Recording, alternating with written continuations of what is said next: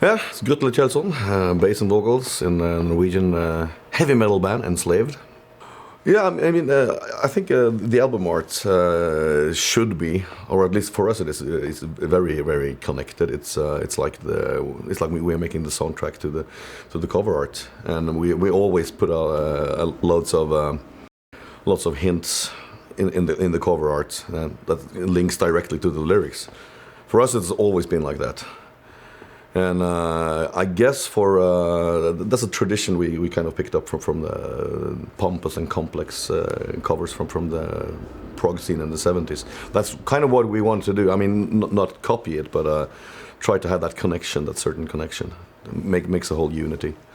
And do you think that still to this day album art attracts fans to the music? Yeah, absolutely. I mean, maybe not in the same way as 10, 20 years ago, but of course. I mean, there are a lot more streaming, of course, nowadays, but still, I mean, in the genre of metal and rock, album art still means a lot, I think. But I mean, heavy metal was kind of to begin with, and so was hard rock. It was never a political thing.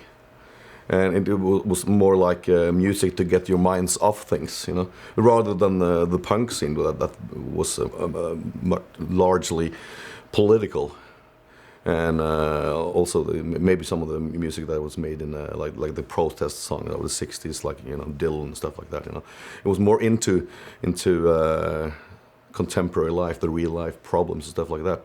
While heavy metal and hard rock was like a escape from all that. Has always been that, and that makes it gives you much more freedom, and gives you much more room to interpret your own, if you're into mythology or whatever, it's kind of making your own philosophical platform, and much freer than if you worked specifically against a government or a political party, a political movement, or whatever.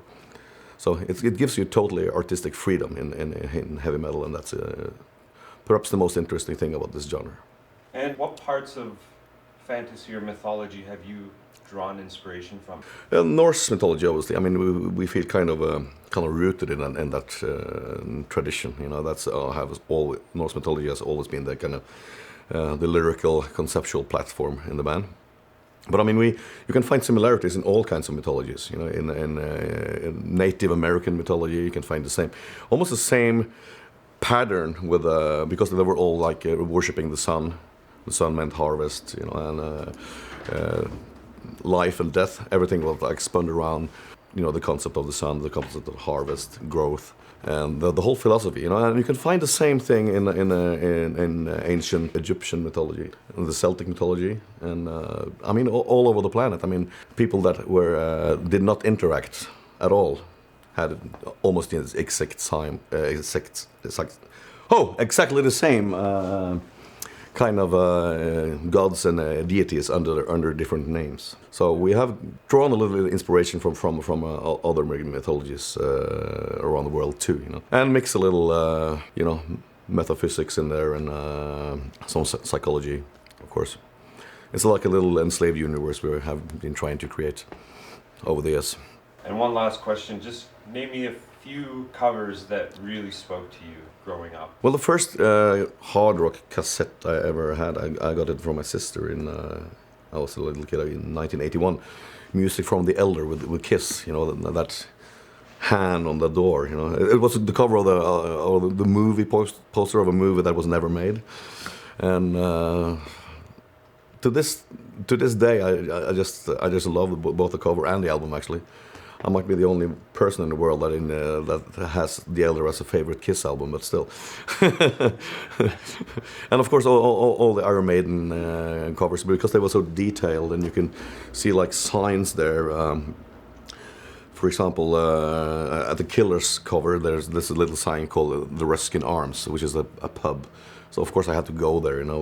First time I was in London, having a couple of beers and watch a crappy show, and they were so detailed. You could like sitting there and you can read the lyrics, or you could watch the cover for like many hours after hours, and see new things, new symbols all the time, and trying to interpret those symbols.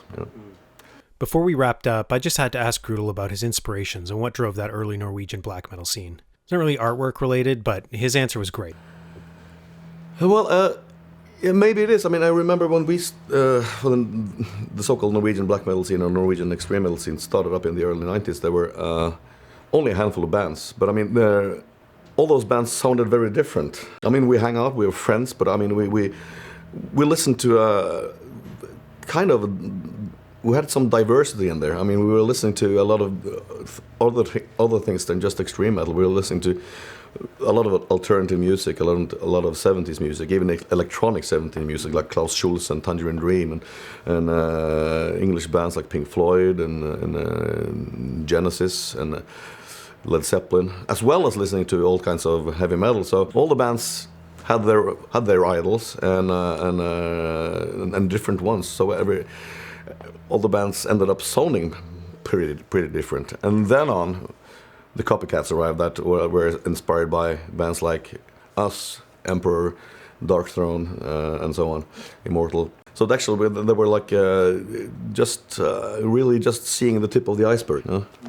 Because our inspiration went much deeper, you know. I think it's a strange idea if a band starts like in 2015 and their only musical inspiration is Norwegian black metal from the 90s.